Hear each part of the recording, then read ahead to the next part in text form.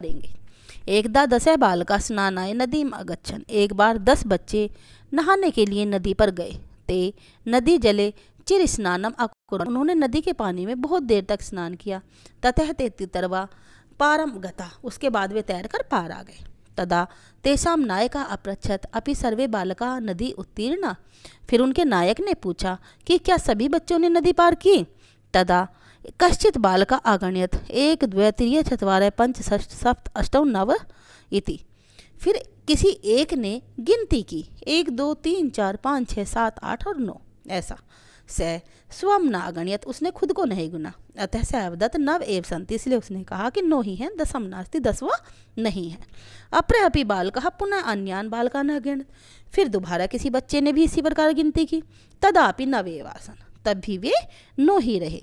अतः ते निश्चयम् अकुर्वन् यत् दशम नद्यां मग्ना। इसलिए उन्होंने निश्चय किया कि जो 10वां है वह नदी में डूब गया। ते दुखिता तुष्णीम अतिष्ठन्। वे दुखी होकर चुप बैठ गए। तदा कश्चित् पथिक तत्र अगच्छत्। तब कोई यात्री वहाँ पर आया। सैतान बालकान दुखितान दृष्ट्वा अपृच्छत्। वह उन बच्चों को दुखी देखकर बोला, युष्माकं दुःखस्य कारणं किम। तुम्हारे दुख का क्या कारण है।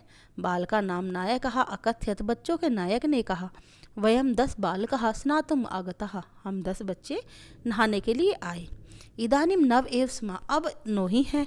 एकः नद्यां मग्नायति। एक जो है नदी में डूब गया। पथिक ताम आगण्यन्। यात्री ने उन्हें गिना। तत्र 10 बालका एव आसन्। वे वहाँ पर 10 बच्चे ही थे। स नायकम आदिशत्। उसने नायक को आदेश दिया, तुम बालकान गण्य। तुम बच्चों को गिनो। स तु 9 बालकान एव गिनियत। उसने तो फिर दोबारा से 9 ही बच्चे गिने। तदा पथिक अवदत् दशम त्वम् असि। फिर पथिक ने कहा, यात्री ने कहा कि 10वें तुम खुद हो। तत् दृष्ट्वा पृष्ट्वा भूत्वा सर्वे गृहम् आगच्छन्। यह सुनकर हंसकर सभी बच्चे अपने घर वापस आ गए। धन्यवाद।